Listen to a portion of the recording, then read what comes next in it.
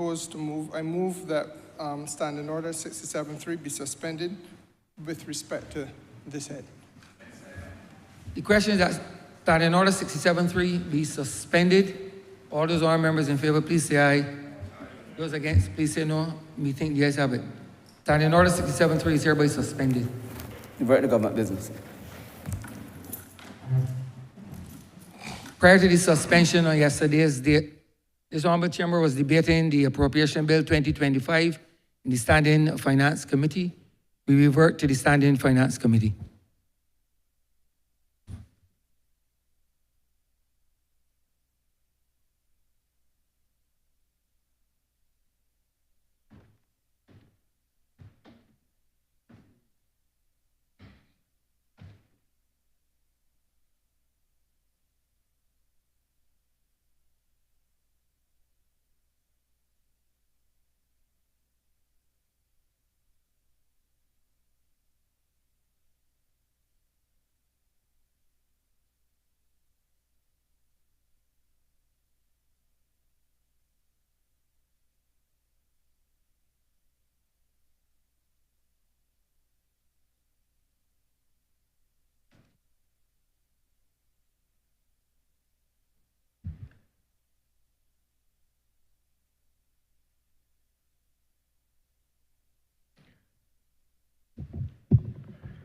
This Honourable House is now in Standing Finance Committee.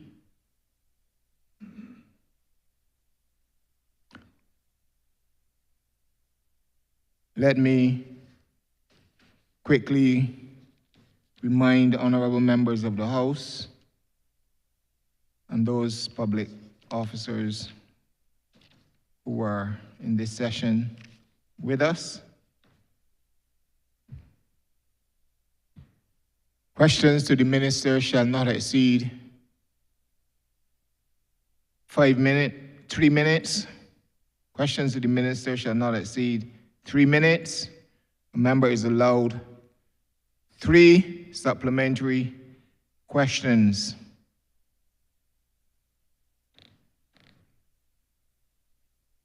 That is, questions that are connected to or in relation to the first question that is posed. The Minister has 5 minutes to respond, and this response must be relevant to the questions asked.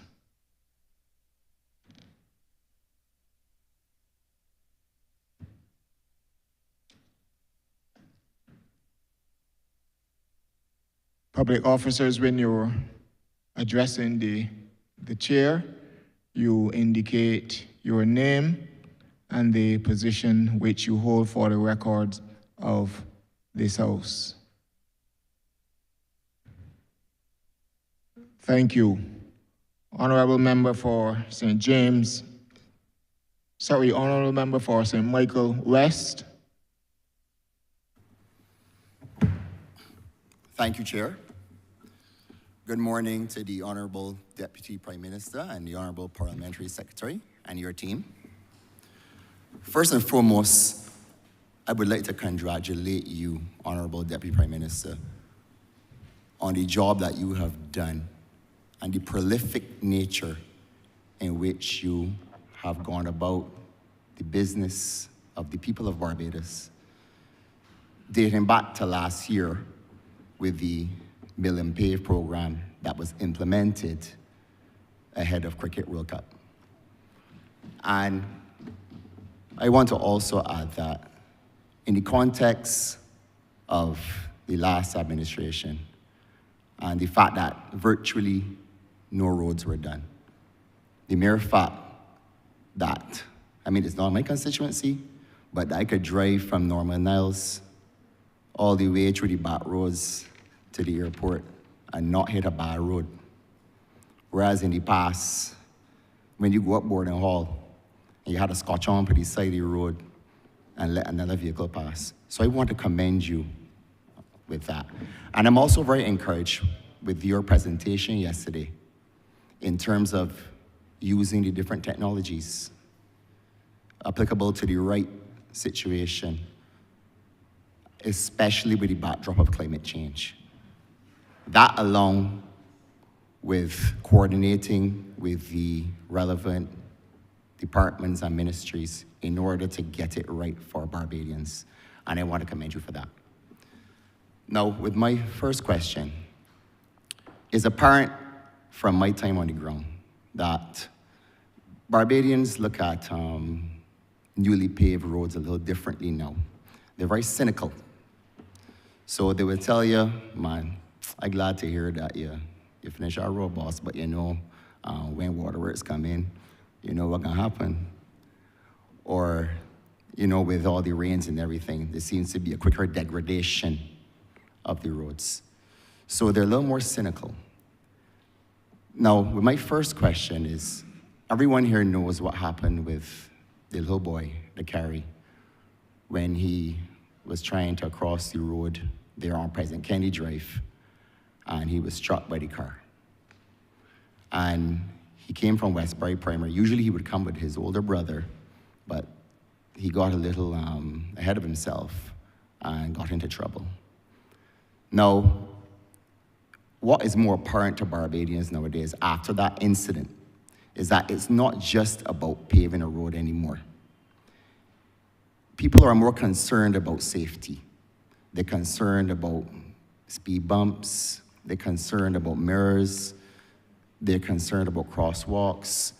In fact, I had a conversation with a lady in my constituency who said, man, the road paved, it's sweet, but it's also going to turn into Indianapolis Speedway. So we have to be mindful that paving the road is nice and it's good, and we all want it done. However, we really need to look at all of the other things that we need to do along with paving the road. Now, I had a conversation with the acting CTO and deputy CTO, and they said that they were looking into that particular area and providing other things that would make it safer for the many children that traverse the two sides of the road. I would like to have an update for my constituents on that situation. Thank you. Thank you, Honourable Member, and I share your concerns as well in terms of the challenges with road safety. I think none of us would want any of our loved ones to be struck by an oncoming vehicle, and certainly the circumstances in which would have arisen recently have certainly created an even deeper awareness of the urgency to make sure that we are quick on the ball in terms of making sure that all of the roads that are newly paved have the requisite lines, that they have all of the markings that are necessary. That incident is not certainly the catalyst for us acting urgently, but I do feel that the unit in the ministry has always been trying to make sure that when roads are done, there's a system, the road is done, and all of the things attendant to that road will follow thereafter. There are different entities that will then step in from MTW to be able to make sure that the roads are properly marked. I will ask Lorian Graham, who is the Deputy Chief Technical Officer responsible for road markings, to really get into detail in terms of the transition that the ministry is making from the old type of road markings into some new technology that is perhaps more palatable for not only the workers, but that we hope will also last a bit longer. So I'll call on her just to speak to that first, and then I'll come back in. Ms. Graham?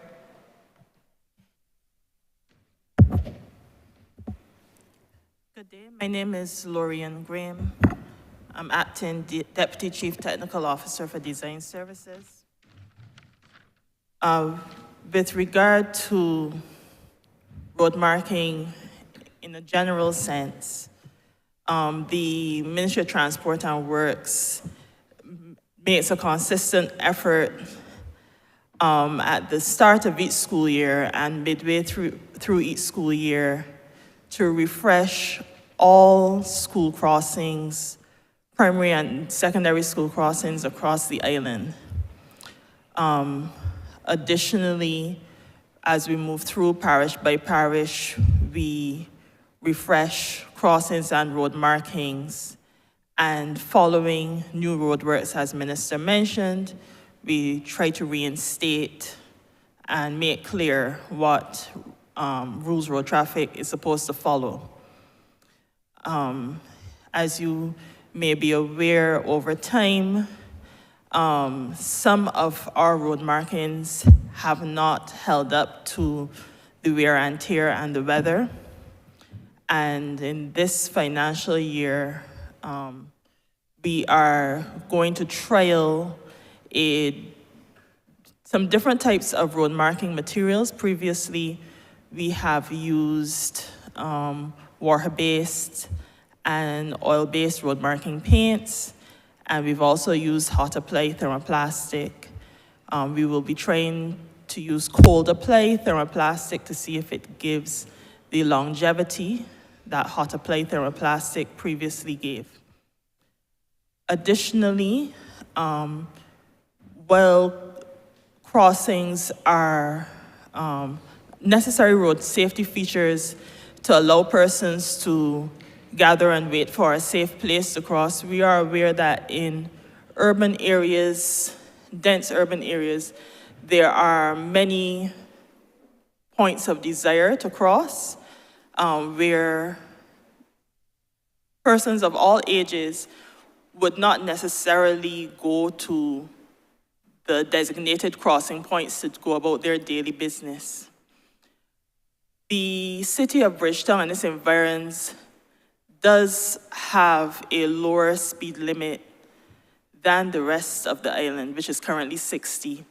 City of Bridgetown is 45, 40. Over time, we have not replaced those sign discs to make the public aware that in these urban areas, they should be using a reduced speed. So we will be reinstating those sign markings in the area. That is specifically from the Eagle Hall area right across to Gemmett's Lane area to allow the traveling public to be aware of what an appropriate speed is in these densely populated areas. Aside from that, we have sought to get quotations on new types of crossing beacons to reinstate that Belisha beacon program to make some of the school crossings more visible. And we are looking at having those also solar powered. I hope this answers the question. Thank you, Ms. Graham. I think that the crossing beacons, especially on President Kennedy Drive, would be a nice addition. As a supplemental, you mentioned the public service vehicles, and I can't help but think that this is something that is a real issue in the urban environs, because we all know that they take shortcuts, especially through the Bank Hall area, and they drive at breakneck speeds. We had an unfortunate incident with one PSV that struck a child on Rihanna Drive. And I myself, I'm a city businessman, so I find myself in the area a lot walking. And I had to dodge a couple of times the PSVs coming through Literary Row. And it got me to thinking, when you go overseas to the US, and you see those trucks, and the backy truck, you have house might drive in. And on there, you have a number, and you call the number. Now, I know we had this conversation yesterday when the Honourable Member for from Christchurch East mentioned the bugbear of the PSVs in his constituency. And I have to say that 1,000 Frenchmen can be wrong. And if you have this number attached to the back and, people call in and complain about a particular driver, I can tell you that the driver that passed through Literary Road that hit me almost twice, if that number was there, I was calling it. So I would like to, we talk about ideas forum, I would like to recommend that you look at that. Now to my second question, in the urban area, we have an issue, especially with youth unemployment. And a few times, some young people have come to me and said, boss, I would like to make some extra money. I have a car there that I would like to maybe possibly put into a taxi. And they have absolutely no idea about how to do it. And I couldn't help but think that after the subprime mortgage crisis in the US, post-2007, it saw the boom of the ride-share market, where a lot of young people got into ride-share, the ride-share economy, which is Uber and Lyft and those sorts of services. And in their spare time, they would wreck a low job. So I can't help but think that when I was listening to the Honourable Minister of Business, and she mentioned in the presentation that in this modern economy, young people should look for multiple streams of income. And having fielded these numerous requests for how do I get a taxi permit as a young person, I thought that there needs to be a little more transparency in terms of how do I acquire a permit. In addition to that, sometimes when some people apply, a lot of people in my constituency have come to me and said they've been rejected, but they have no idea of why.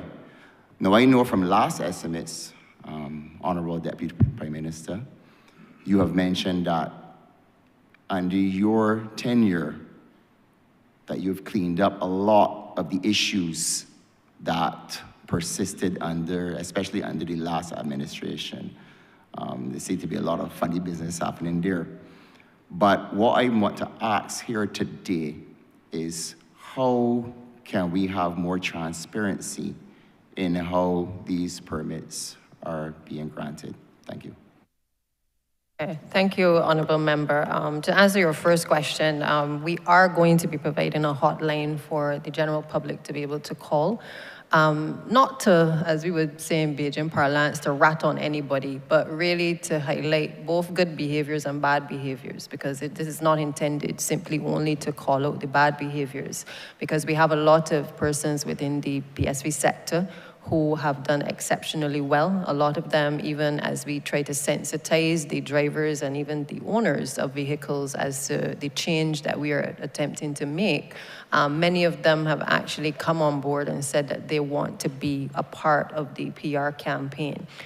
So while you will hear some say, well, we don't want to train and we don't want to be a part of it, the truth is that the greater number exists of persons who actually want to participate, take pride in what they do, and have been doing it for many, many years, and would actually like to see some level of order brought back to the public transportation sector.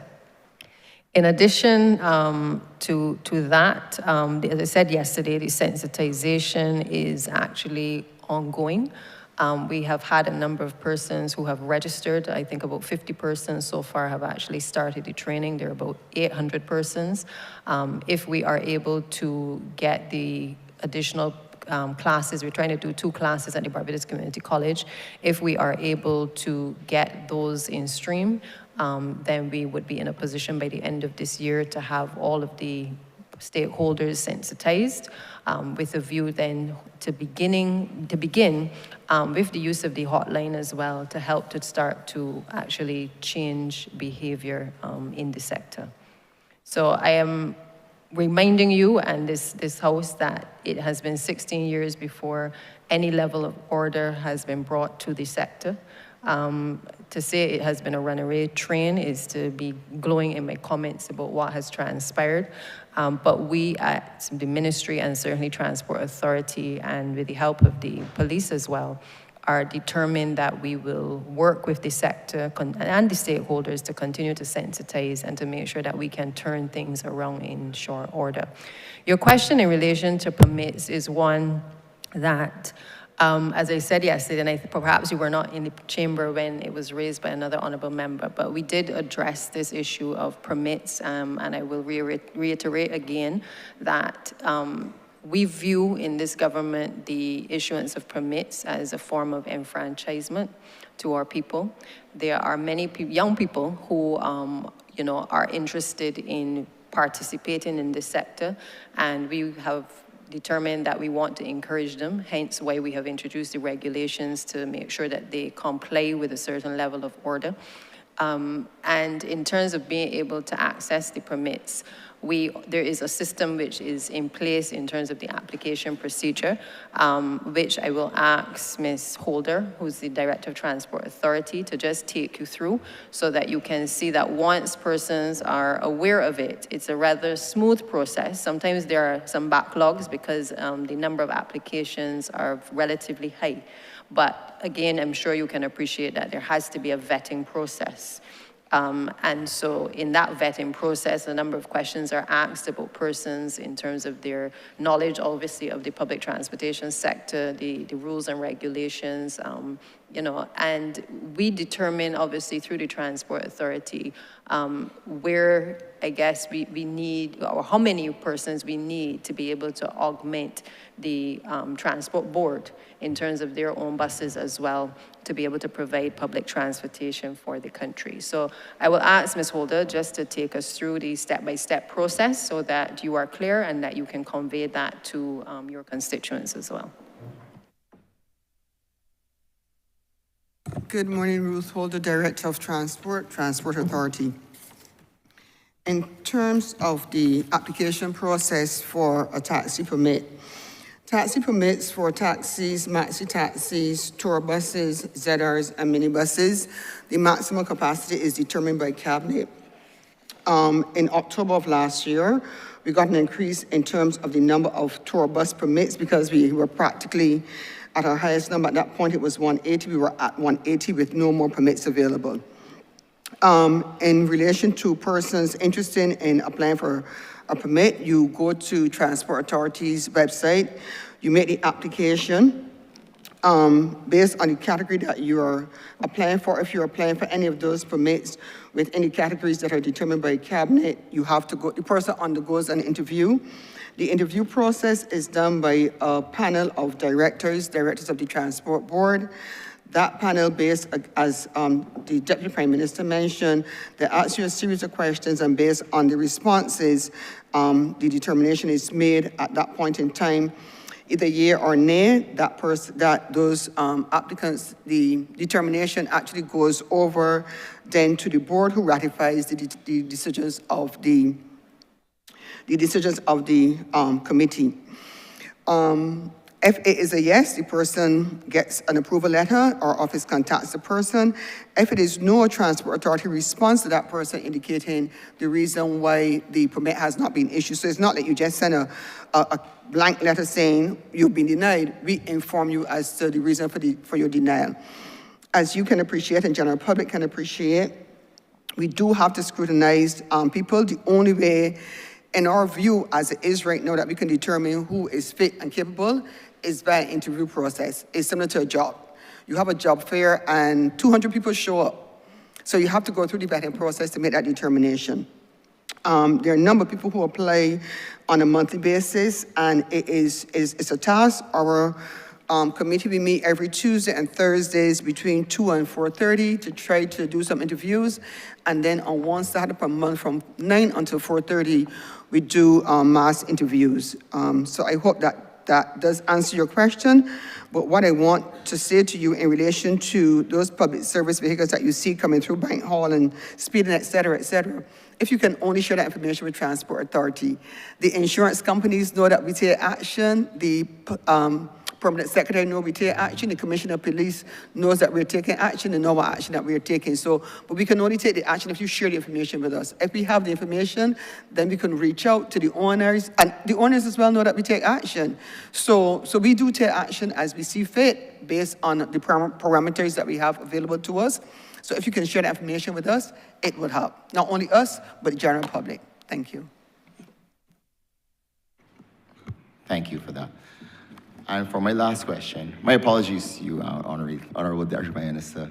I had to leave yesterday because I had a fire in the constituency. So this last question is on drainage. So I know that the Honourable Member from St. Michael North might have touched on some of these issues yesterday, but I'm being a bit parochial now in my question.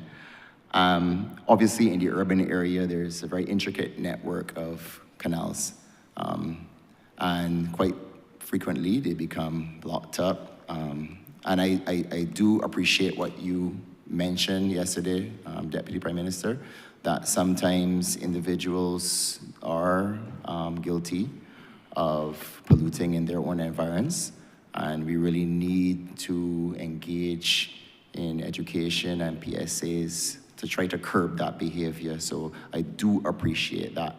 However, there are many times when there are issues, environmental issues, rainfall, the trees shed, different things happen that from time to time would clog the network. The issue that we have in the St. Michael West area is that this happens quite frequently. Now, we all would have remembered Hurricane Katrina and what that did to New Orleans. And given that climate change is real, and we don't want to ever have a situation where people will be forced out of their homes because of an event. So my question is there a methodical way in which the ministry approaches checking on the canal system so that we keep that system clear, especially when we're coming up to hurricane season? Thanks, Honourable Member. I'll ask Mr. Andre Bryce, the Head of Drainage, to just respond to you on the maintenance program within the ministry for the checking of those areas.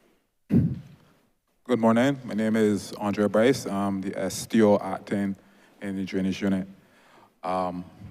Usually when coming up to the rainy season, members of our staff, we go out and do investigations on drainage structures within known flood-prone areas. Any maintenance issues that are identified that needs to be done are scheduled and carried out in a timely manner. Before the rainy season, we identify outfall drains and water courses that needs to be cleared. Those are dealt with. And any wells and any drains that required maintenance are dealt with as well.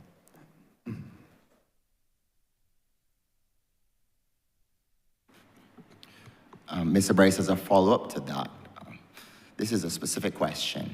Mm-hmm. When you come off of Bank Hall Cross Road to Progressive Road, that part of the canal has not been completed, so there are issues with flooding in that particular area. And the constituents want to know when that particular section will be completed. Thank you.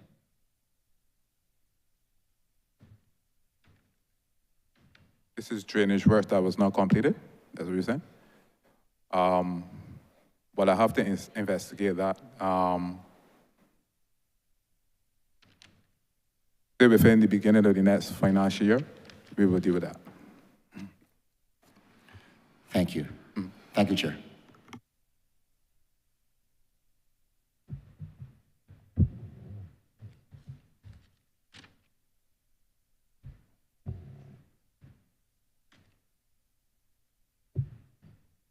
Thank you, Honourable Member.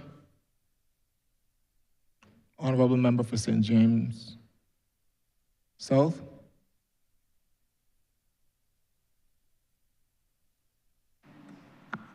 Thank you very much, Chair. I just want to express appreciation to the team for what I've heard. It is very encouraging that we are not only using technology, new materials and so on to improve what we're doing in terms of road works. My issue pertains to drainage in St. James South. We still have some lingering issues emanating from the dust from the St. Vincent situation, where there have been some drains that have not been adequately cleared, and therefore there is a lot of flooding that takes place in those areas. In Durance, for example, we have significant problems with the water that comes down from St. Thomas and higher up, coming down. The wells are choked, they overflow. I have houses where there's at least half a foot, the water comes up at least half a foot of the house itself, simply because of the amount of water that is coming down and the wells not being able to adequately manage the water quickly. So I'm eager to hear what solutions you all are going to be putting in place to do that. In addition, I still have a number of uncovered wells. I know some of them are private, but the owners are no longer living there, they're overseas, they don't care, and so on. And I have a couple of wells that the children tend to pass that way. And you know how it is with children, they're curious.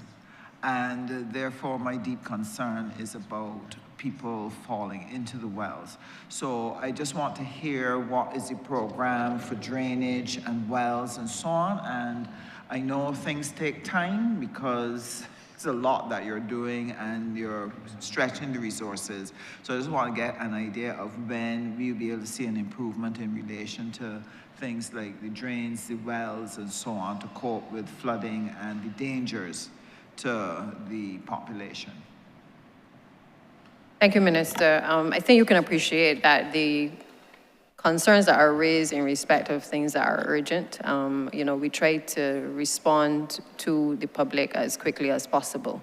I would have indicated yesterday, there are some constraints, in terms of capacity at times, which is why the model that we are pushing for this next financial year is one where the department in drainage would actually focus on the core areas that it can manage and manage those well, while at the same time being able to outsource a number of the areas that would perhaps give us now a quicker response. I tried to compare yesterday the highway beautification project, for instance. We had a lot of complaints about bush along many of our highways and along the road network. It was clear that based on the capacity issues of the various depots, that we were not accomplishing the type of cleaning that was necessary. And a better coordinated approach obviously was needed in order to be able to address it. So hence, we determined that we would keep certain things as core within the ministry, and everything else basically would be outsourced to the private sector and to young entrepreneurs to be able to assist us with cleaning certain kilometers of the roadway. Drainage is no different. The approach going forward is a recognition that we simply do not have the capacity to deliver on the magnitude of the problems that we have. Equally, we have to work within the budget sometimes that we are given. And while we know that the issues of flooding are clearly a major problem for the island, we have ensured that the new direction will be one which will see a parallel track running for the ministry with the private sector being overseen by the ministry in the execution of the works program. I will ask Mr. Bryce again to just go into more details in terms of the specifics of the teams. You know that we have contract workers who are assigned to the drainage unit. They have specific locations that they clean, but what we are envisaging is additional stretches of drains that are identified for smaller contractors to be responsible for. And that way we can just simply from the ministry's end identify the scope of the works to be done and ensure obviously that those persons execute those works according to the standards of the ministry. It is my hope that that will allow us to be able to address the emergency situations while at the same time being able to start to address the maintenance that needs to take place across all of the various districts. So Mr. Bryce, you can perhaps just go into more detail on the actual functions of drainage. Yes, as I mentioned yesterday, currently our well contract, where we contract private contractors to go out and do any well works that's required, that contract is ended and we are now in the position, well, in the situation of putting the contract back into place. So I'm looking forward to that contract starting in April at the beginning of the financial year. Currently, our staff is out doing surveys on wells which we prioritize into 3 categories, which is, well, one, which is posing danger to the public, which is wells that are uncovered, broken grills, that kind of things. 2, the wells that cause flooding, so that's on priority 2, and the next one is the wells that just nuisance flooding. So the priority one wells is what we address first. So our teams are out there doing surveys on those wells. We quarter off those wells and cover them when we have covers available to address those wells in the coming financial year when the contracts open back. Sorry, part of my emphasis is on, I know that technically you all are not responsible for private wells. That's the responsibility of the homeowners. Unfortunately, we are not getting people taking responsibility for their own. So along with the public wells that might be broken, as I was sharing, I have some where people started building, they didn't finish build. The well over time became broken, is now a hazard to the general public and things like that. Will you all be able to accommodate, or how would we be able to deal with the both public and private wells? Will you all be able to accommodate the private wells within your program? That's really what I was trying to get at. I would allow the CTO to answer that question.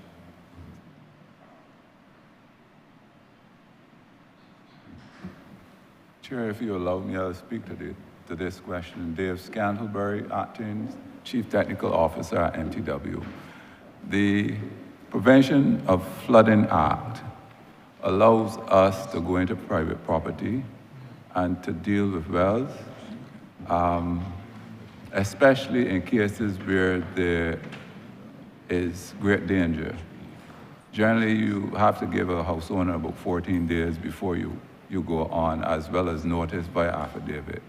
However, in a case such as what I'm hearing right now, we can go right in and do the work that is necessary. However, they pay at our cost, and it would have to be reimbursed by the house owner or the property owner at a later date. Thank you. Okay, And just to add to what Mr. Scantlebury has said, the prevention of floods legislation, as its name suggests, is quite outdated. And we actually have on the order paper, in fact, a draft of the stormwater management bill. And this bill now takes into account and certainly increases the fines and the penalties and the powers of the drainage unit to be able to manage the concerns that you've raised in relation to private homes where the wells are obviously exposed. Obviously, trying to use old legislation becomes very problematic because while the act or the omission is covered in it, the penalties often, or even the levels of enforcement, are not there to give the officers the teeth that is needed to really, do their job. And so we have the bill. We hope to be able to debate it after the budget with a view to being able to give the necessary powers now to the ministry to be able to be more effective in this area. Thank you. And my last question is an observation. I don't know if this is on your agenda. Barbados is a developing country that is moving from different levels of development. And with it, it means that citizens have to improve or change the way they engage a space. We know that in developed countries, for example, you have to clean outside of your door.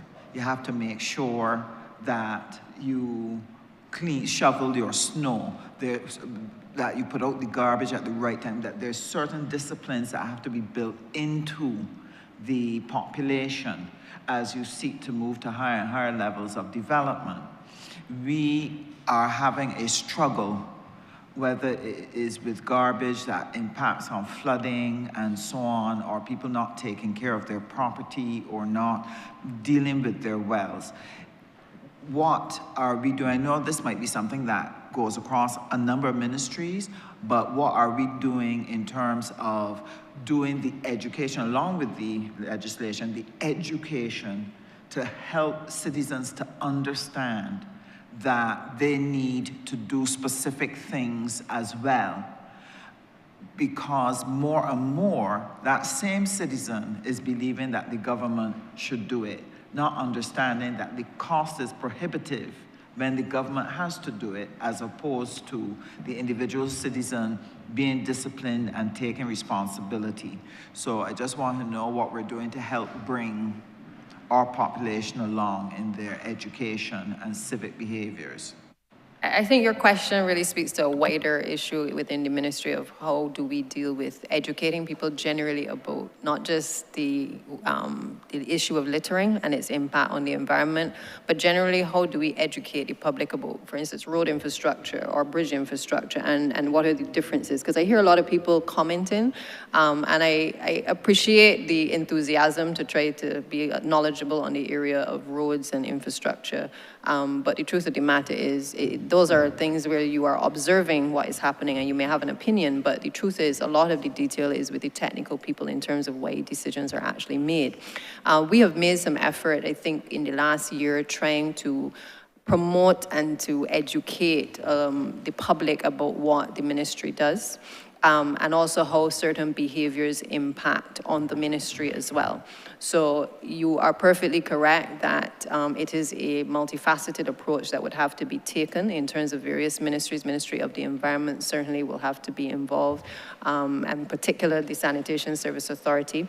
We've already had our discussions with them, and in this financial year, we intend to strengthen the communications department of the ministry. There's a program already that we had done earlier last year on the drainage unit, showing the types of debris that is pulled often from our drains. The truth of the matter is that doesn't come from any one household, but it comes from an accumulation of households that have improperly disposed of their garbage.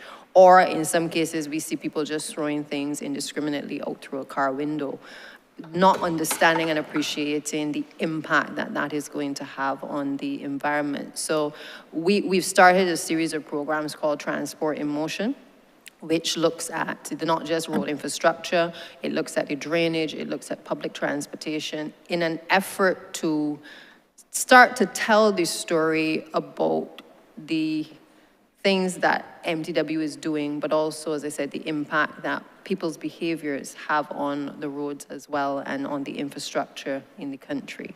And the things that make the work of the drainage unit in particular even more difficult as well. Now, that is not to say that we as a government don't have our own responsibilities to make sure that drainage infrastructure is appropriately done.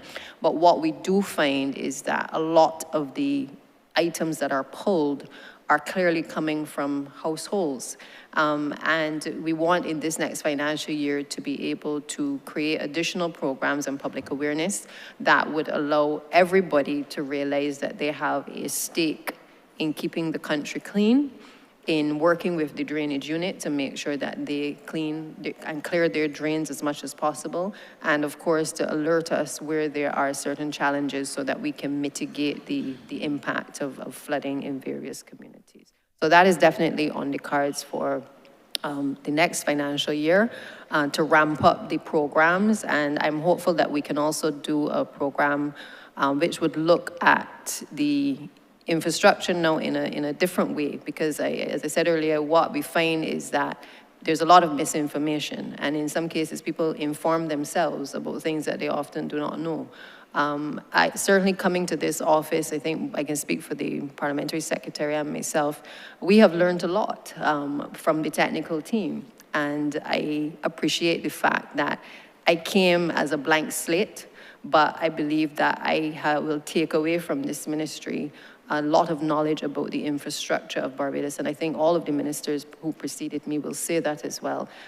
What is required, though, if we are to preserve and protect the infrastructure is allowing the entire Barbadian population to buy into what is required so that we have a whole of country approach in improving the infrastructure. So it starts with the staff, it starts with improving our responses to the people, it starts with improving our service delivery, it starts with making sure that we are fit for purpose, but it also requires us, once we do all of those things, to work hand in hand with the general public to achieve the objectives of the ministry.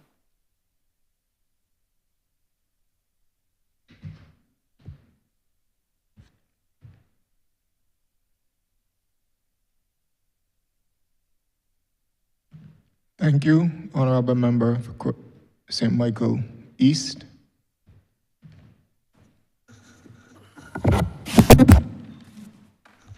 Thank you. Thank you very much, Mr. Chairman. Good morning to everybody.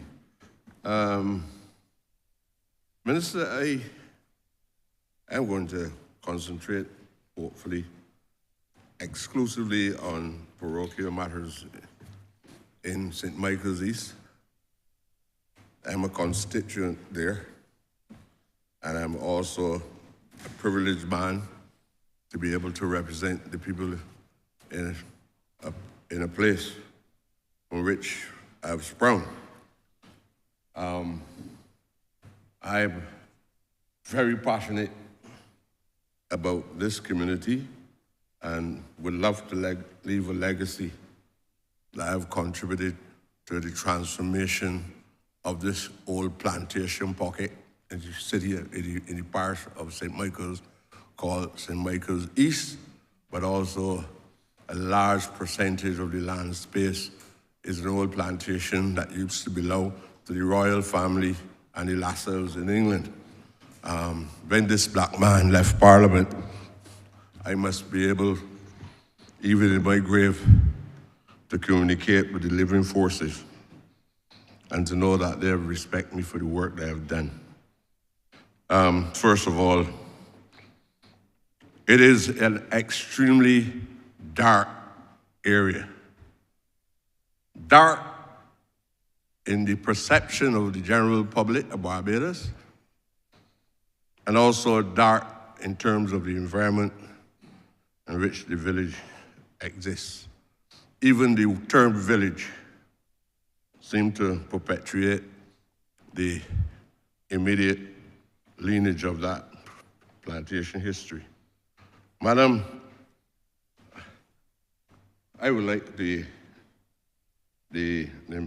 Ministry of Transport and Works to also prioritize the installation of lights across this entire area. The Mylors Hill area serves as a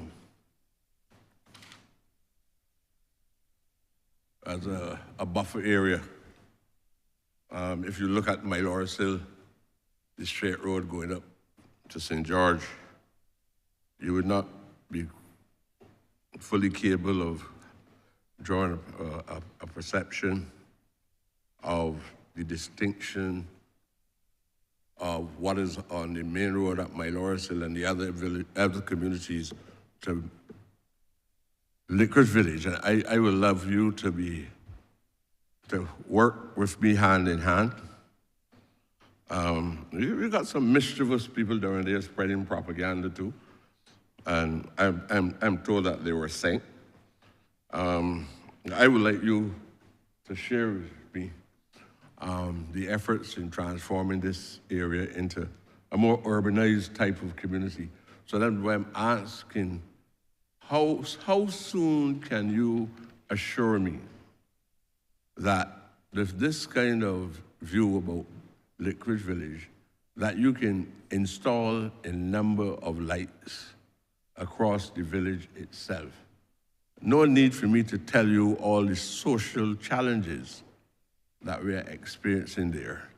And what is well known in government, hopefully by technical officers and administrative staff, as well in MTW, is that sometimes we need to put lights within those specific areas.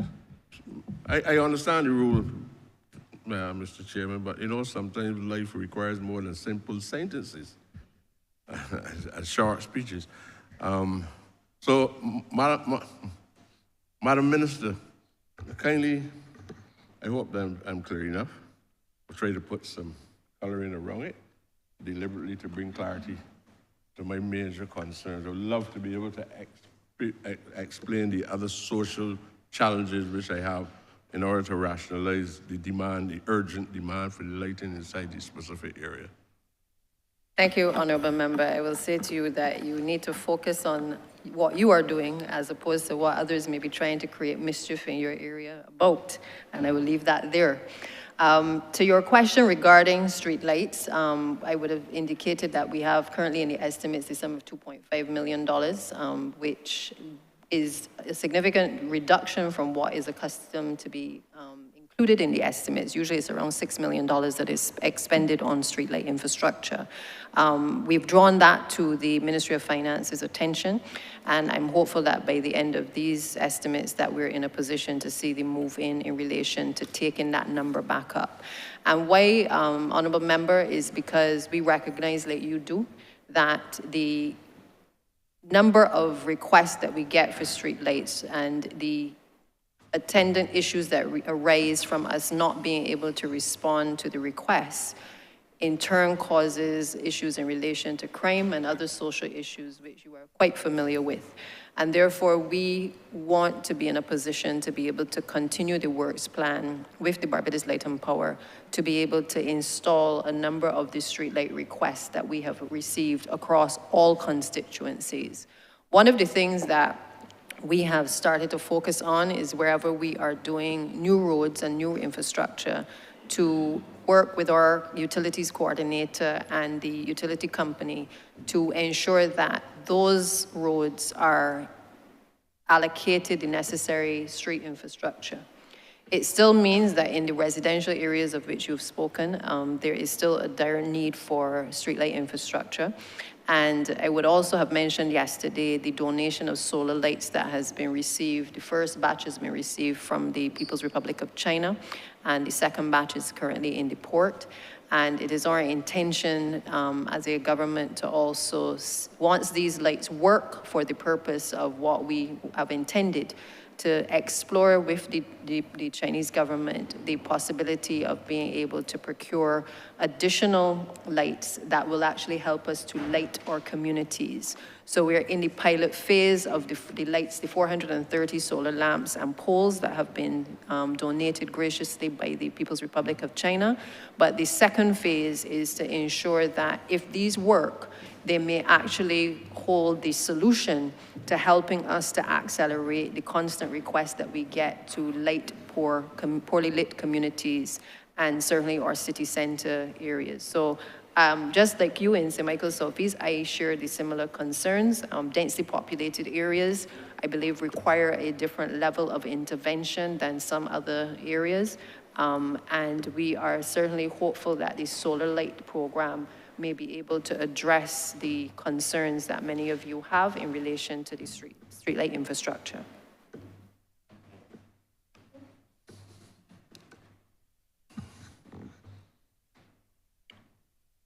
Thank you very much, Madam Minister. I know you're a woman of your word, and what you say you mean. I take from the question that specific area within St. Michael East would be one of the early beneficiaries of the funds that are available this year. And I really genuinely believe that, because I've had other ministers here who promised me for decades to put in other amenities in the community. Unfortunately, water is one of those, but I'll speak to that. Hopefully I get an opportunity in these estimates to speak to the issue of water in the bell. But I know it is not relevant, even though I can try to justify it. Look, the Bell people work or sacrifice their lives more than probably most of you can even imagine, unless you are students of history. I'm not talking about colonial students of history, but more modern history, which have been written by our own people about us. And also permit me, sir, before I put the question, to recognize the contribution to the development of my community through the agency of MTW that the Honourable Member of West Central made to that transformation. Now, the Minister, Madam, Mr. Chairman, I don't want to dwell on what I call traditions or unorthodox analysis. I believe that I am entitled as a parliamentary representative of St. Michael's East, even though you seem to be suggesting that you box in everybody when they want to answer a question, right? I don't know if you can be Honourable Member. Hear you, sir. I do not appreciate that phrase. I am not boxing in anybody. Well, we are abiding by the standing orders of the House, and I want you to, so I'm trying to give you the opportunity to raise all the questions you have, but we have time constraints, there's rules of the House, and I want you to so abide by them. Well, I don't believe that I would exceed the time that is But I have a clock that I'm watching, and you're already there. So I want you to get to the question respectfully. Get to your question, because if you, I've said that if you speak for 3 minutes, you can't speak for 3 to 5 minutes and then get to answer the question too, because you still have to, we still have time constraints, and you have to hold on, Honourable Member, and you have to understand that the officers have to be given time as well to explain or to respond to you in a satisfactory way, because I'm sure that if they do not respond to you in a satisfactory way, you will come back with other questions which we wouldn't have the time for. So I am giving you the opportunity to do, and I'm asking you to work with the chair. I will work with you, sir, but I hope that you will also not reduce the time available to me because of how long you spoke to me.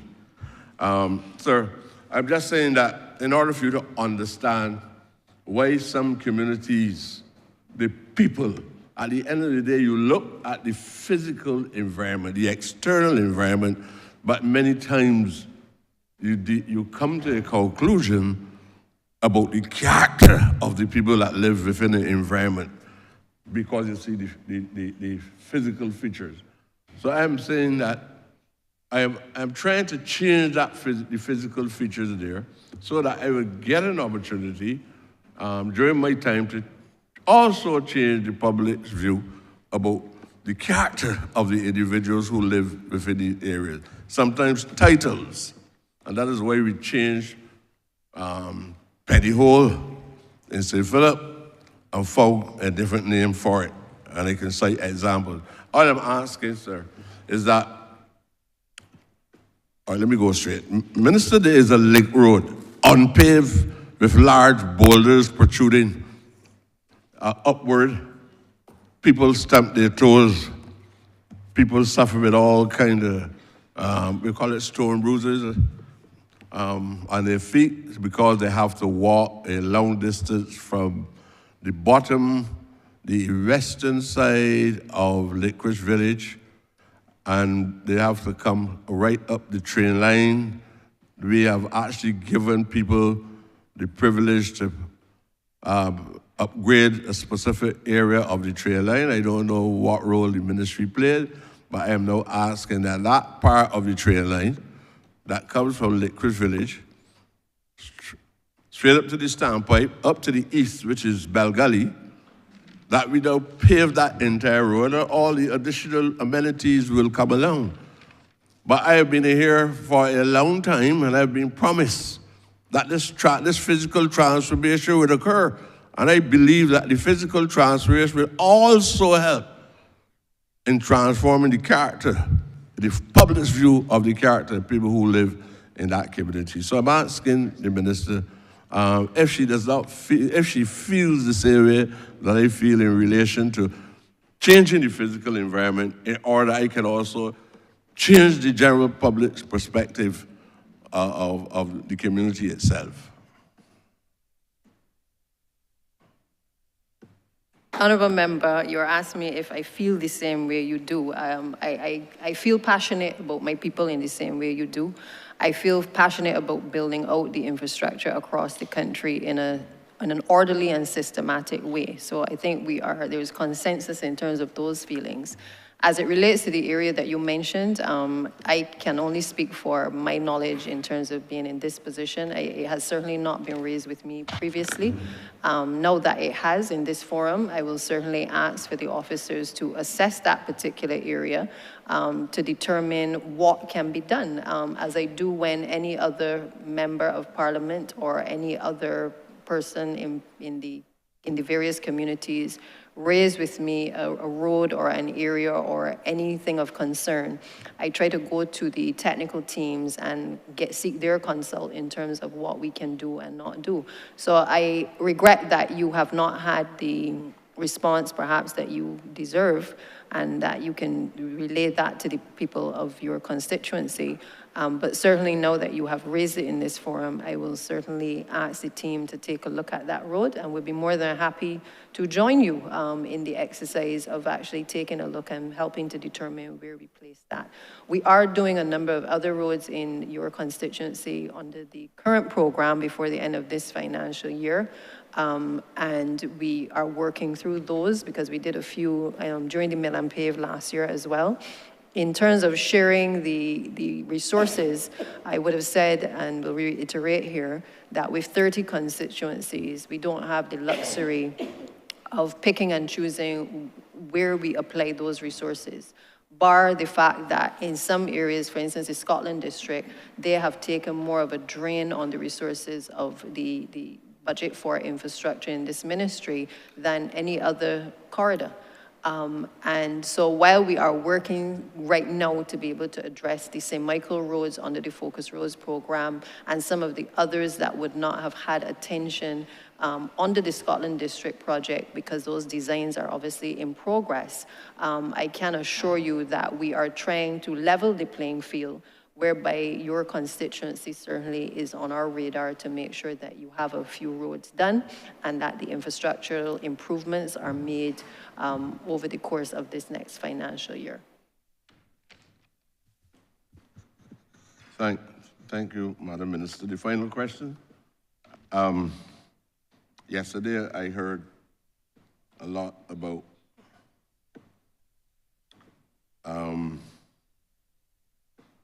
using specific type of materials in order to harden the surfaces of roads.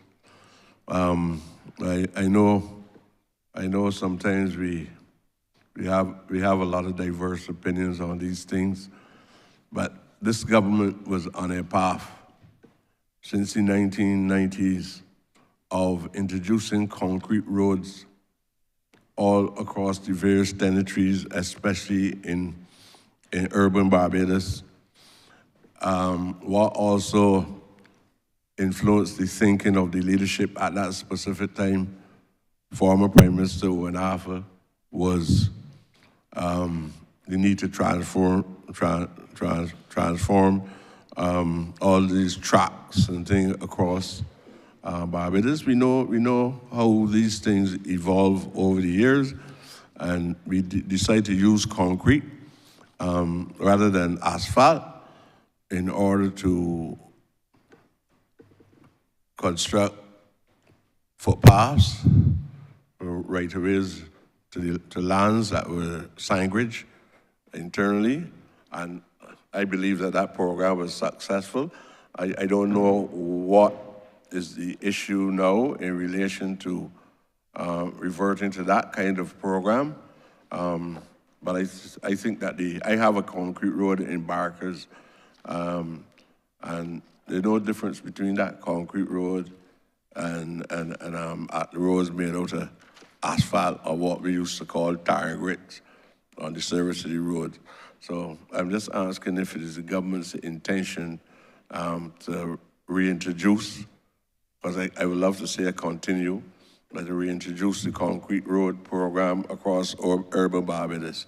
It served women well, because many of them were able to save the high heel 3 and 4 or 5 inch soles and heels on their feet. I would be grateful, Madam Chair, if you, on the behalf of the women of Barbados, especially in my community, that you would make sure that they can walk from their homes to their cars or to the front road. If you introduce that, it also helps the cement plant. But the cement plant was struggling at that specific time, and the Prime Minister said in order to sustain the cement plant and keep it going, he feel that we should use as much cement as well from the concrete plant here, since it was perceived as a local, it was Trinidadian investment, but he felt that it was necessary to also do that, and it worked well. It did work well for the ramps as well for the disabled community. Thank you, Honourable Member. 2 things I think arise from that. The first is there's a community access road transformation program where we have been across the country using the material that has been milled off of the roads from the various projects, stockpiling that material and reusing it to be able to construct what we call the short roads, which is exactly roads where people have the difficulty gaining access from the main road into their houses. One of the challenges with the program, though, has been, in some cases, trying to ascertain ownership of the land. And as you can appreciate, unless it is a clear case where we can actually go in and start to do the work, we can also run ourselves into challenges with regards to land ownership. So before we can agree that once you identify the road, again, assessments have to be done. Those questions need to be answered. And once they are answered in the affirmative, a decision is taken whether we can pursue the CART road program or whether we can do it under the roller compacted concrete or even the normal concrete roads. In recent times, we haven't done the concrete roads, just the strict concrete roads. We've actually, because of climate change, we've moved to technologies which perhaps give us greater resilience. As you know, concrete is a bit more expensive than putting down strict asphalt, but we have recognized the benefit of having a 2-pronged approach in the ministry, whereby in addition to asphalt, we are actually each year introducing RCC into the works program. So the first thing I will say to you is if there are specific roads that you would wish to identify beyond the ones that you've already indicated to our offices, I would suggest that you highlight those and allow us to do an assessment so that for this next financial year that we can work you into either the CART program or into a program for asphalt or RCC. The paving unit as well has the capacity to be able to pave a number of roads once we work with the larger contractors to mill the roads, because they're the ones who have the milling machines. And so once we can coordinate that road fits the criteria, it should be no problem in terms of getting it done or placed within the schedule to have it done. Thank you, Mr. Chairman, and thank you, Minister. Thank you, Honourable Member. Honourable Member for St. Philip West.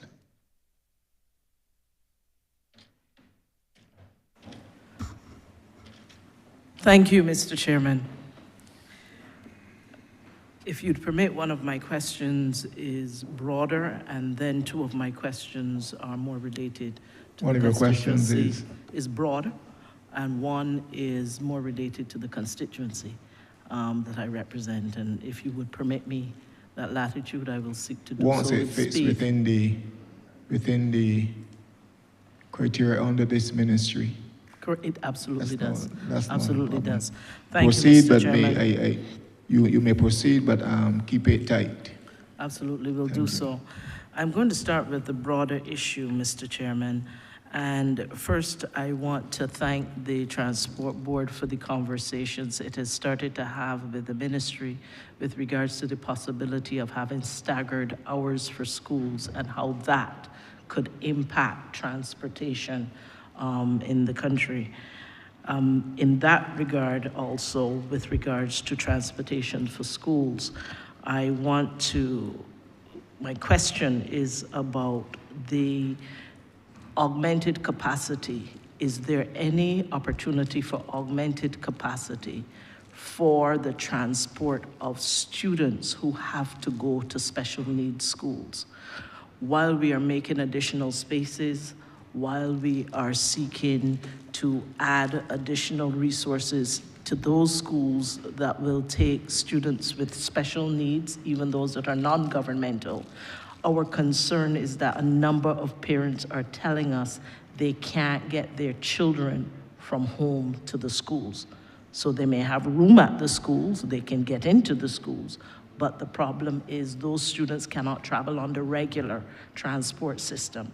And so my question is, what capacity, extra capacity do you have to assist us in getting more of those students who need to get to special needs school, to get them there on time?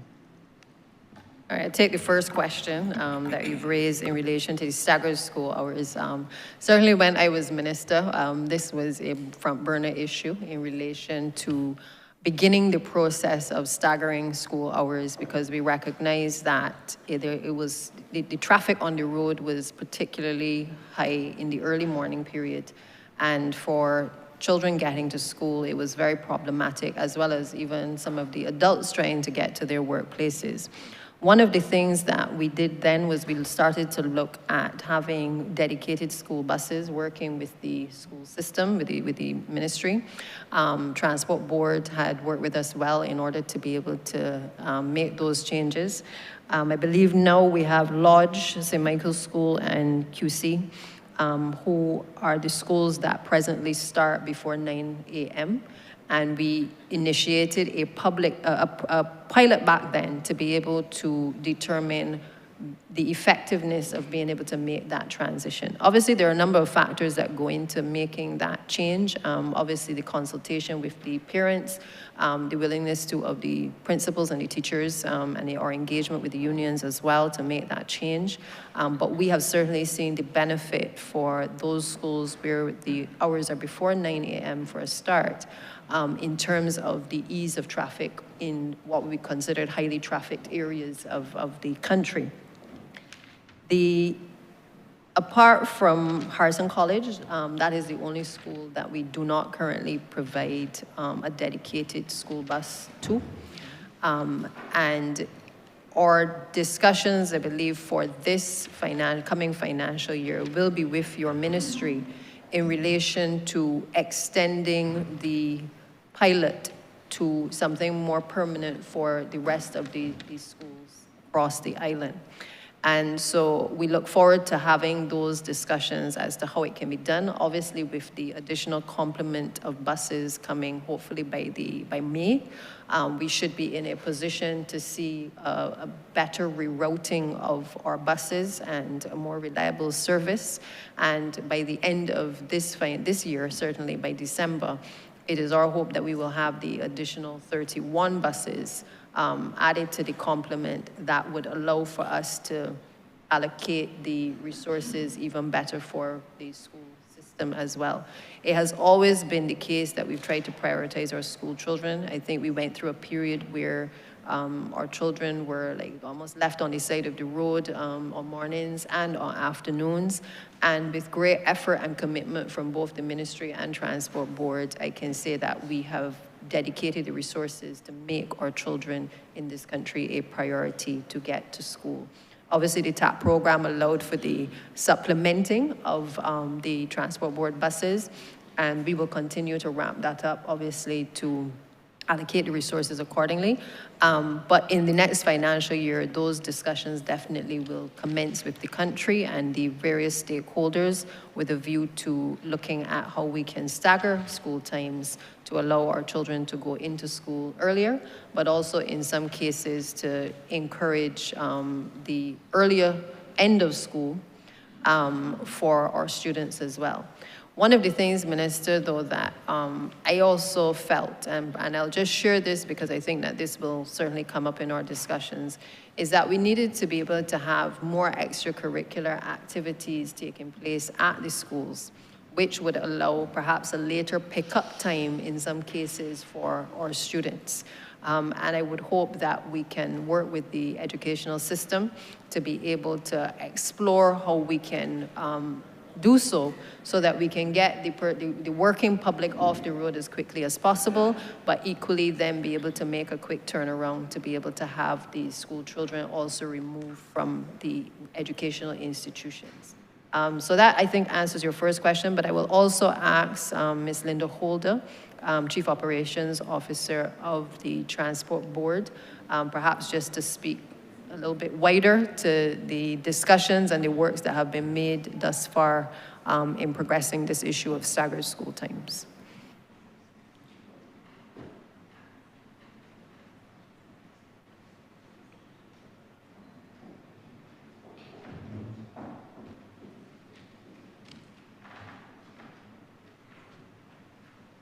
Good morning, Linda Holder, Chief Operations Officer of the Transport Board. As it relates to the staggered school times, we have started conversation with the Chief Education Officer and explained to her the benefit to the public transport system, the school children themselves, and everyone else on the roads as to what would occur if we could get times for schools not to all start at 9 a.m. We understand that that would be leading to greater productivity on the island, and she agrees with that, so we have started that discussion. A couple of years ago, we would have had lodge schools starting a little bit earlier, and that allowed us to start gaining some information on what that would mean for the rest of the traveling public. Once that happens, you will see a slight shift in the traffic congestion on the road, and we are aiming to work with the ministry to see how best we can achieve that for all. The second point, the call-a-ride system, which is what we call it internally, caters to the students with special needs. We have been in discussion on that as well, and as the DPM articulated, with the arrival of some additional resources, we will be able to make that a more efficient system. Presently, we supply services to most, if not all, of the special needs schools. We actually supply services to Lifetime Learning, which is for young adults.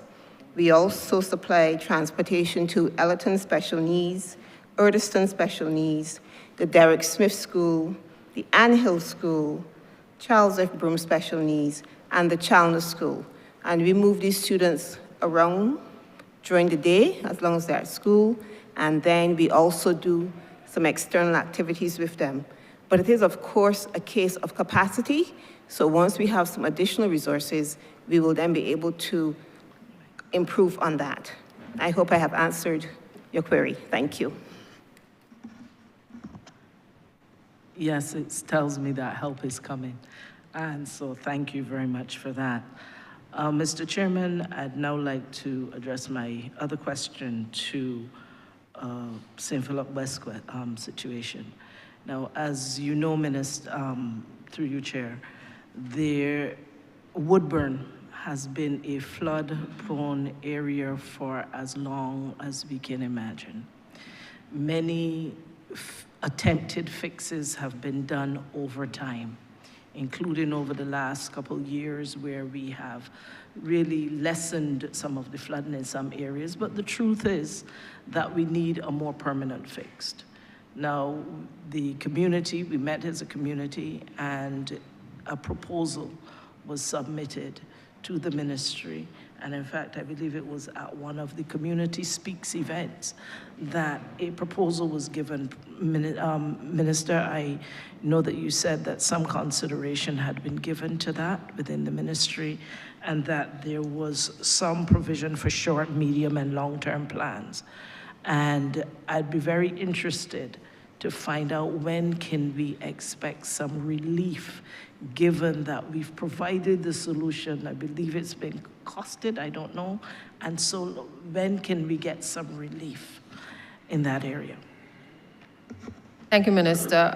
As I stated before, we received correspondence, first of all, from the residents of Woodburn, following certainly your representations as well to the ministry.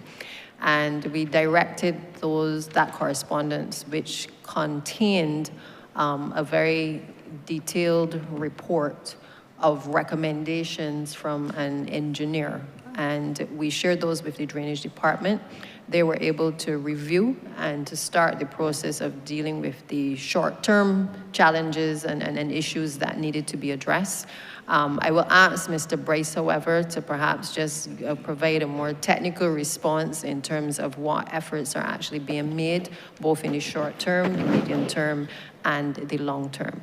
And just to assure you that in these estimates, again, the approach going forward is one where a number of these matters that are raised that have been on the agenda for a long time that have not been dealt with frontally, that we are seeking to have assessments done with a view to them being able to place the costings within the roadworks program going forward. So hence why Woodburn it has been prioritized rather, because it was on the radar. We recognize it was on the radar for a long time, and we determined that efforts had to be made to go in and actually start to deal with this issue. Because too many of these issues have just been in this ministry for far too long and have been causing tremendous frustration to residents. We've seen the impact as well in many of these communities as a result of the flooding, the water levels rising, and also creating problems for households, flooding out households. But I must say to you that, and maybe not just in relation to Woodburn, but what we have also seen in terms of our observation is that homeowners as well have also encroached on drainage infrastructure. And it would be remiss of me if I did not mention that, because I have seen it personally in some of the communities where people have complained about us not cleaning an area or dealing with the infrastructure. There has also been a very clear examples provided of persons not following, whether it's the planning and planning, town and country planning recommendations, and creating difficult challenges for the ministry, because in some cases we cannot even get to the infrastructure to be able to address it.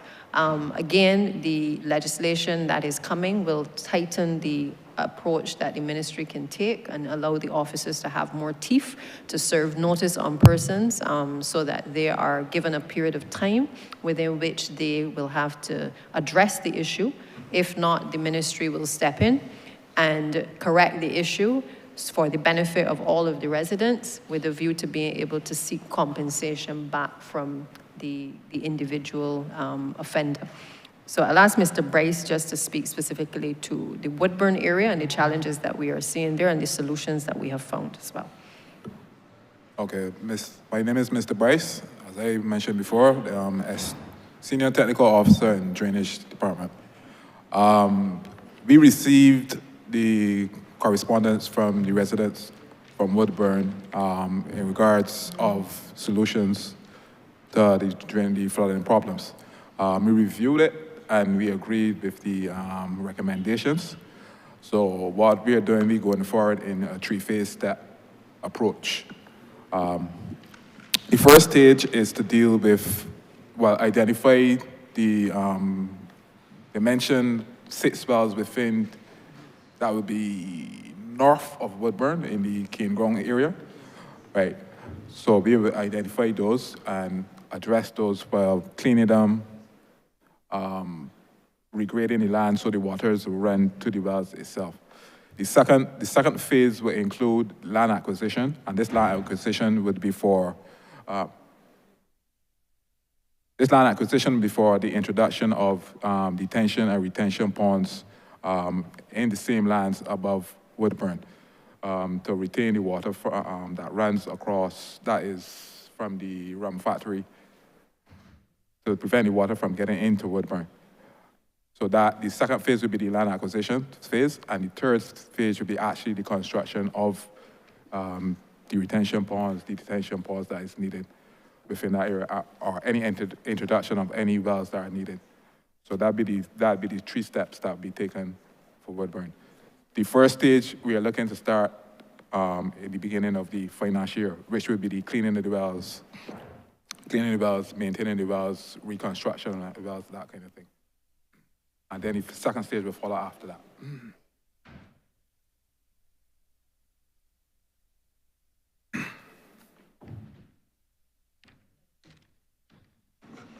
Thank you, Mr. Chairman. May I have my third question very quickly? Thank you. The final question relates to roads in the constituency. And I have to say, first of all, thank you for the road at Cottageville, which nearly 40 years later, we're finally being able to address. So thank you to the team. I am not unreasonable in thinking that all roads can be done, but where the residents themselves were not responsible for some of the damage to the roads. Where there was, for example, on that road, the Charnox Road that goes from the St. Patrick's roundabout all the way through Charnox to the other side, where when the trucks from Wyndham came to dispose of the debris from Wyndham, parts of the road that was already not well became even more unsafe for persons to travel. And it is therefore, as I said, I am not a greedy person, but it is certainly that road that I'm saying the people did not destroy it. It was destroyed by works that was being done by others.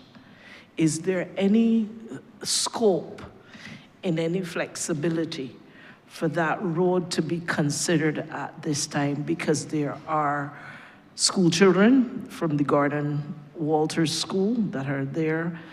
There are dangerous turns. There's also the nurseries across there, and we're finding that we are having an increasing difficulty where the road is so bad the children either have to jump in the grass when the rain falls or when cars are coming, and there is really no sidewalk. There is no scope for that road now to remain safe.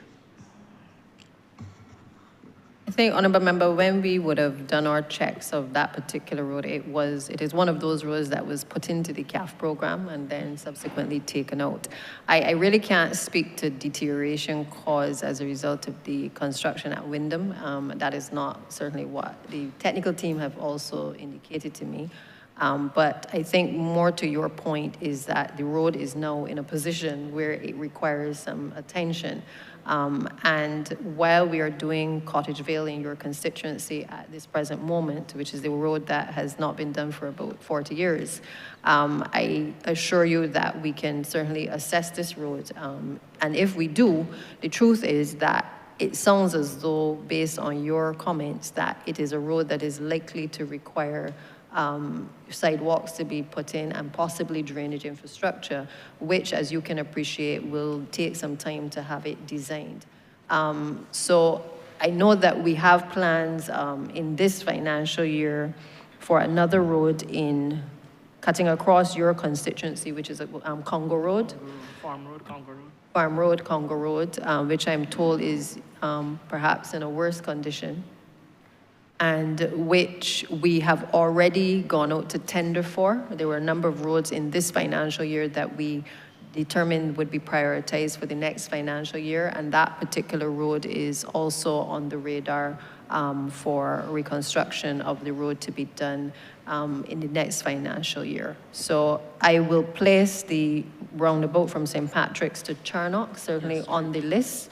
but appreciate and please convey to the residents in the area that we would not certainly be able to start the work on that immediately.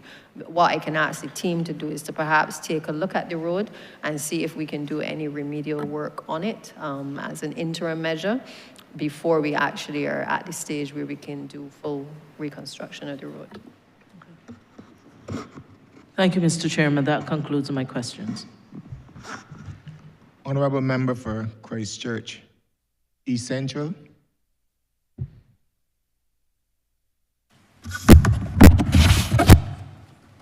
Thank you very much, Mr. Chairman, for the opportunity.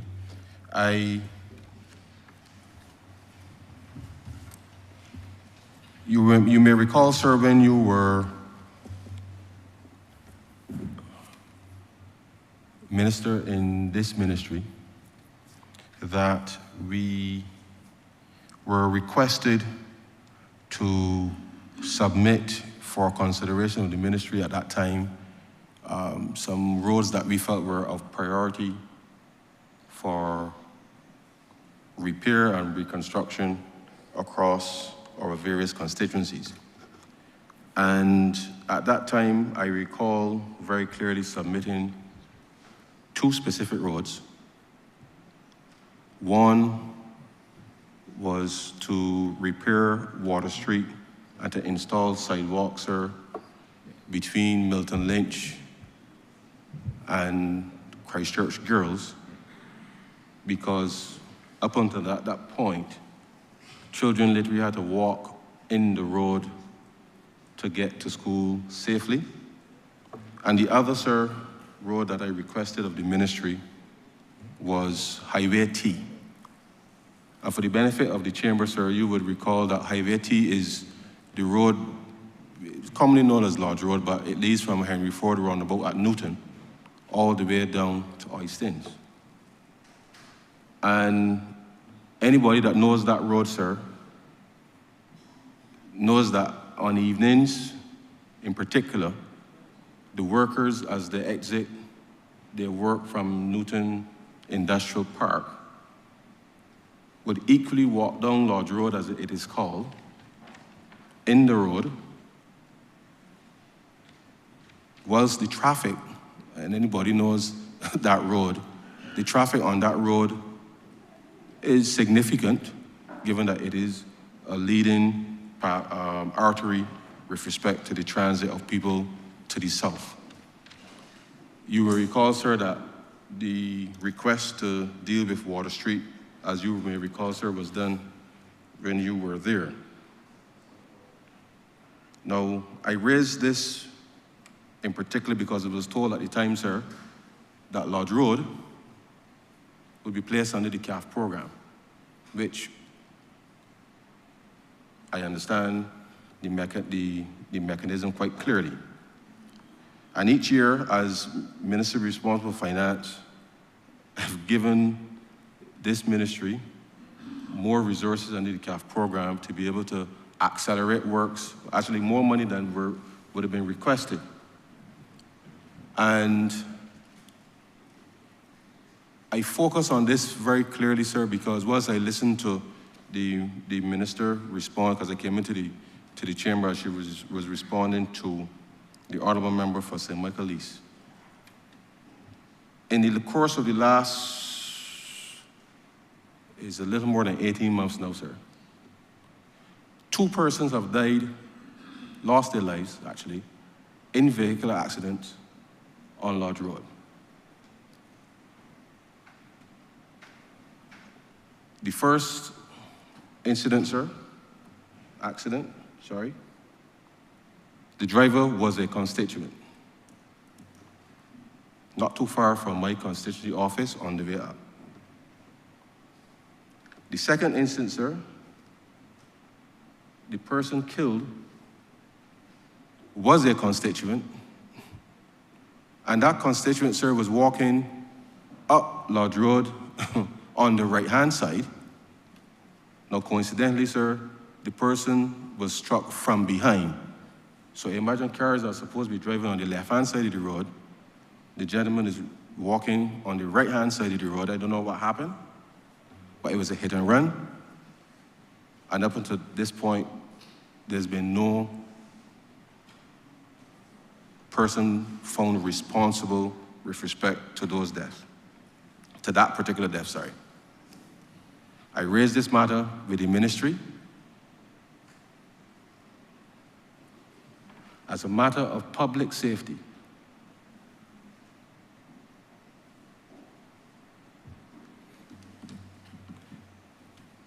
To date, none of the residents in Lodge Road can be comforted by the response of the ministry. So I have a simple question to ask for this ministry. How many more people have to die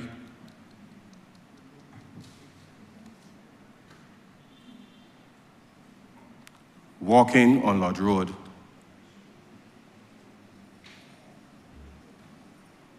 before this ministry can address a very serious matter of public safety? And the request was simple. Repair the road, install sidewalks on both sides of Lodge Road, Highway T. This was since 2020.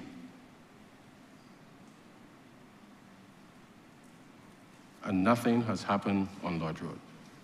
So how many more persons have to die for this to receive the attention of this ministry? That's my first question. Thank you, Honourable Member.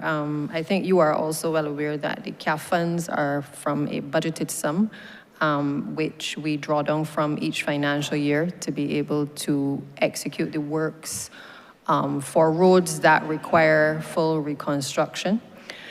The fact that Lodge Road was in fact placed under this particular head, I think should suggest to you and others that it would have required full design in order to be able to address issues of drainage, of the sidewalks, and in some cases you can't build sidewalks unless you get acquisitions of land.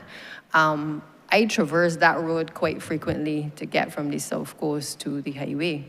And I can tell you that if to even start to either widen the road to take into account the sidewalks, or to start to do any of the works on that road is going to require the surveys to be done in order to ensure that we are not encroaching on anyone's property, or that we have the conversations with persons to be able to remove their boundary walls in order to put in the necessary infrastructure.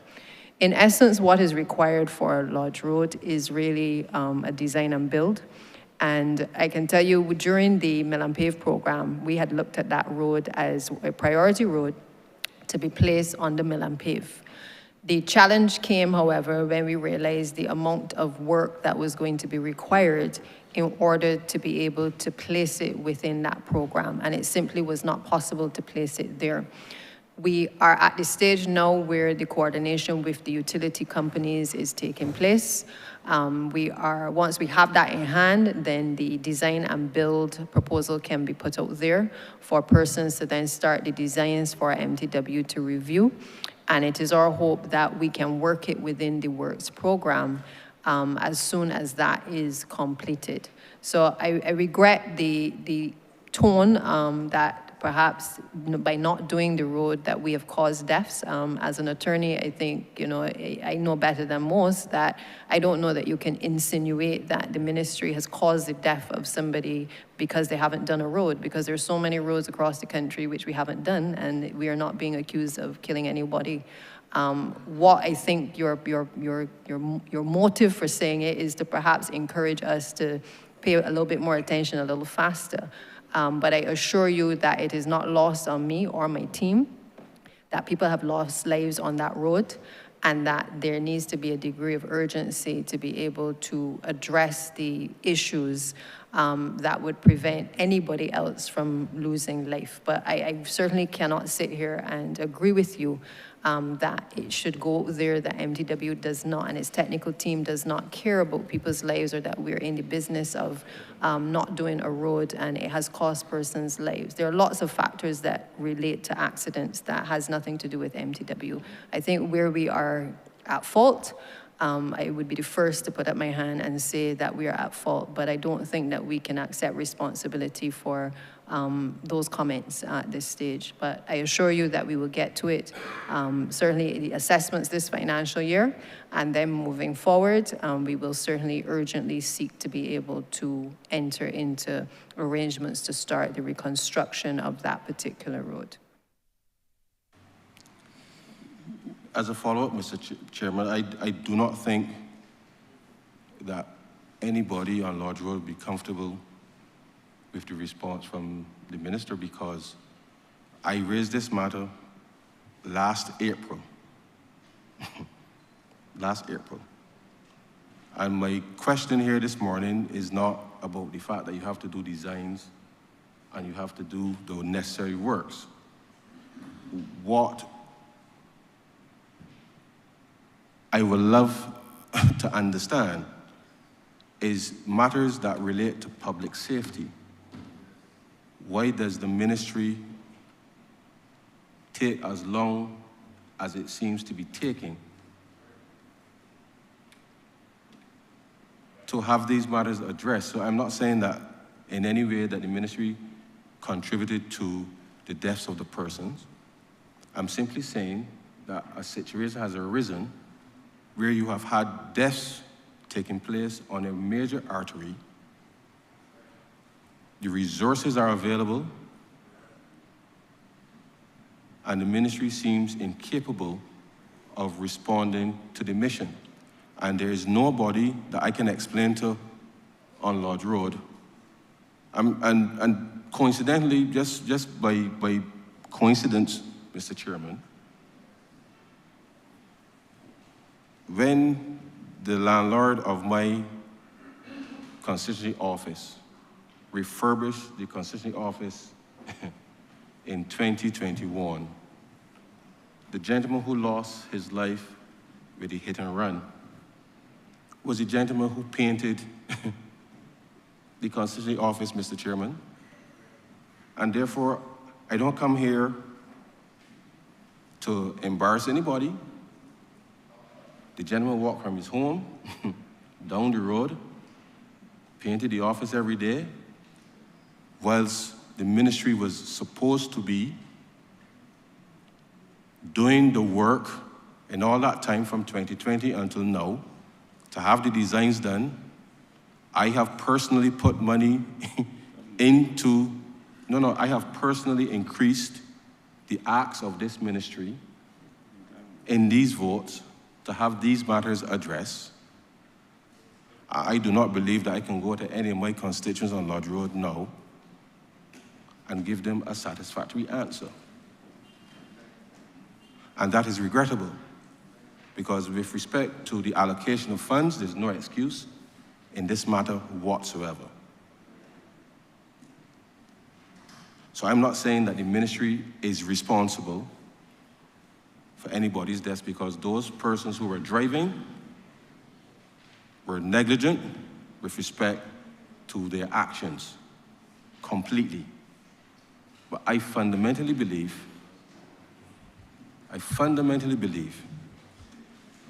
that if the ministry had acted with haste, I would not be having this conversation here this morning, Mr. Chairman. Can I move to my second question? Please do. Thank you, sir. Now, I hope that with the expansion of housing development in the country,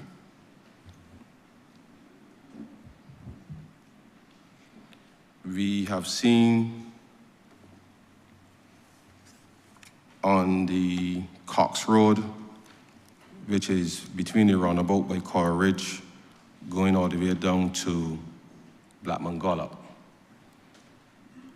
At Ridge Meadows, which is in my constituency, we have about 700 homes to be constructed. There are just about 200 or so that have finished, and people are there. On Cox Road, further down, closer to Blackman Gollop, that's, I think, 1,100 houses that are meant to be built. Even though it's not in my constituency, it's on the artery. And not everybody who is in a home has a vehicle. And the extent to which the demand for additional public transportation is required. The residents of Ridge Meadows, and particularly Edie Village as well, who rely on public transportation to get their children to school, as well as to work. And I'm certain the residents on further down Cox Road and the other development would love to know from this ministry what relief they can get with respect to being able to get the children to attend school, as well as people to get to work on time, in relation to public transportation that is reliable not just in the morning, but in the evening to get home either from school or from work.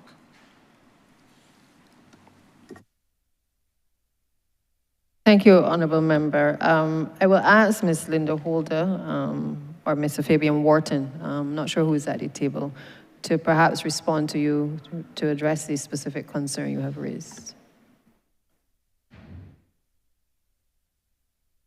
Good morning again. The route being discussed is the Edith Village route. We have taken note of the increased developments that are going on in the area and on that particular route. And again, as we receive more resources, it is expected and is planned that that particular route will see an increase in service. Presently, it is serviced by smaller vehicles, primarily because of the ridership levels. But we are seeing that there will be some new houses added in, so we know we'll have to make that vehicle a larger vehicle, and we'll have to look at the frequency again, because it is no longer in our service as it was before, and we're going to be looking at that as well with the new sources of vehicles that are coming. I hope I answered your query, sir. Only a function of timeline, because people are moving in almost every week on both sides. And therefore, whilst I know that the new development that is taking place on the other side is not likely to require transportation unless people working there need it, the reality is that government's lower income housing program is accelerating, and therefore as people get greater access to mortgages and are able to move in, not everybody, as I said, has access to a vehicle at the same time. So we're gonna have to ensure that we understand that the needs of those persons have to be taken into account. And we will need a timeline for which we can see additional supply of service playing that route. And I think that's something that needs to be addressed urgently, because it's not just the fact that they have new people, but the people that live there, Philip South, Edie Village, and along that St. David's in that area also need to have a dedicated service to be able to get to and from work, because it's not an easy place to get to. And certainly in the morning and the evening is going to be critical to have that done. So a specific timeline is going to be important to give the residents some comfort. Chair,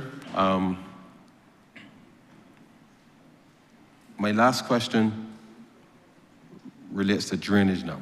And I can say that the ministry, when it comes to drainage, has done some very good work in the constituency. But in recent times, we've seen some challenges where, on a couple of fronts. One, there are a number of, and I think it's across the board, but there are a number of wells and culverts and stuff that needs to be replaced. And I'm not sure well, I do know that there are some standards that have been established with respect to the dimensions and specifications of these things. So I'm trying to understand a little bit why we haven't been able to see the repair of some of the wells and culverts and stuff happen faster. But that's one part. But in the Newton Durance area of late, we have seen rivers of water flowing, coming off of either the highway and certainly off of the golf course into that area, causing some localized flooding, if you like, within that space. Now, I know that the persons that live adjacent to the golf course are what you may refer to as well off.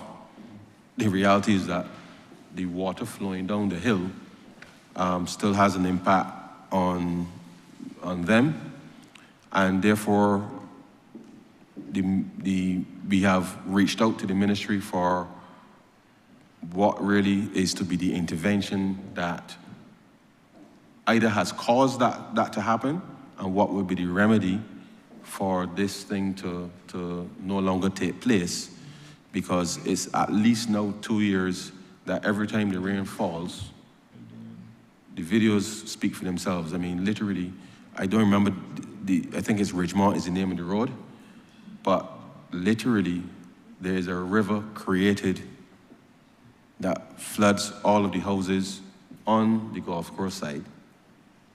It usually runs off relatively quickly, but as you would appreciate, whilst the government has put in place a mechanism for persons to be able to trigger a claim against their flood insurance for land tax purposes, it is really the inconvenience and the damage that we need to find a solution for, so that these matters can be adequately addressed. So I would like to hear from the ministry, what is the plan for the repair of the general culverts and wells and that type of infrastructure to complete the job that was started?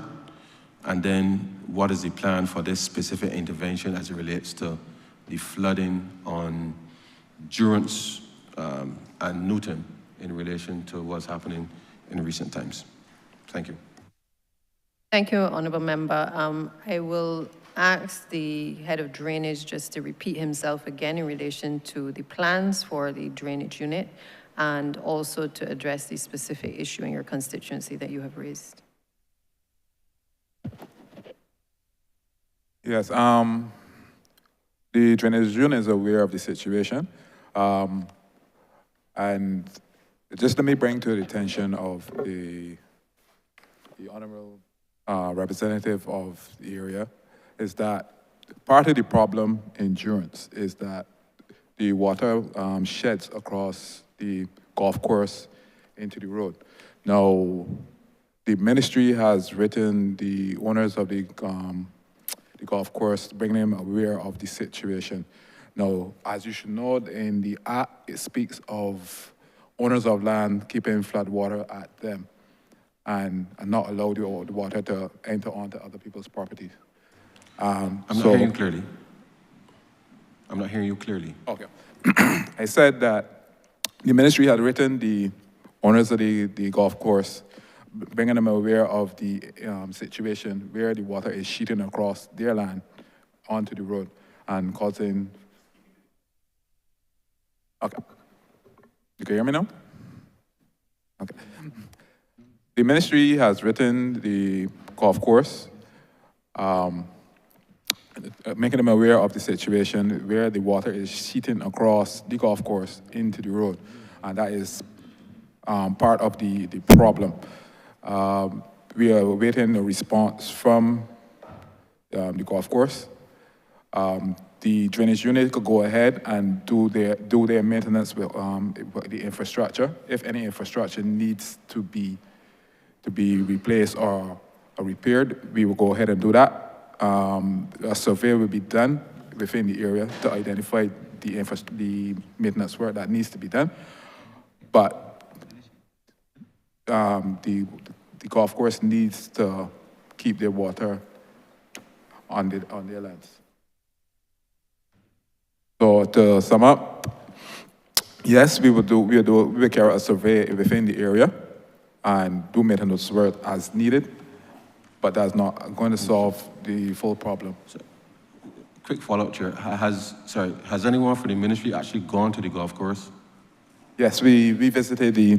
You mean gone to the golf? We met with the. No, we met with the residents in the area. We just written the golf course, the owners of the golf course. So you've not gone to the golf course? No.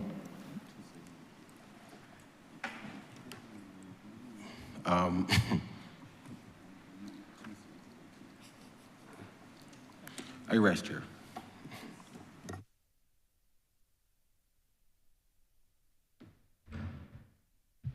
Thank you. Honorable members, all. I will give opportunity to the honorable member for St. George North, followed by the honorable member for St. Peter.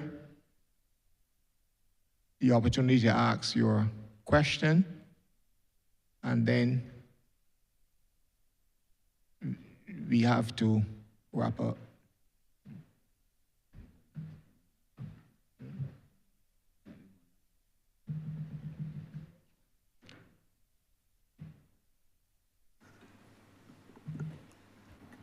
Mr. Chairman, I beg to move that report progress is honored the Speaker and beg for leave to sit again.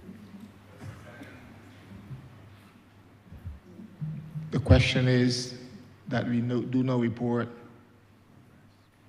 progress to his honor the Speaker and beg for leave to sit again.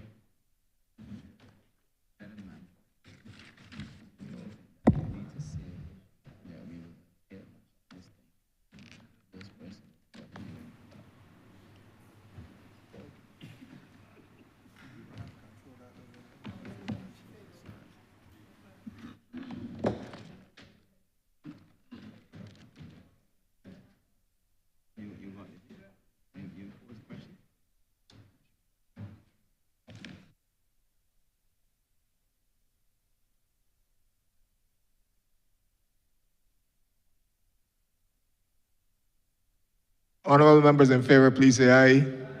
Honorable members against, we say no. Methinks the ayes have it.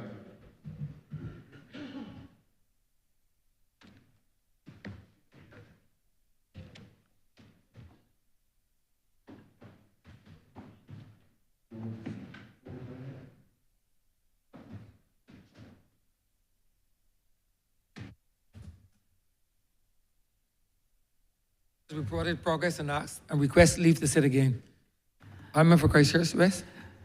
Thank you very much, Mr. Speaker. Beg to move that we now suspend for lunch until 3 p.m. today. The question is that this honorable chairman be suspended until 3 p.m. All those honorable members in favor, please say aye. Those against, please say no. We think the ayes have it. This honorable chairman stands suspended until 3 p.m.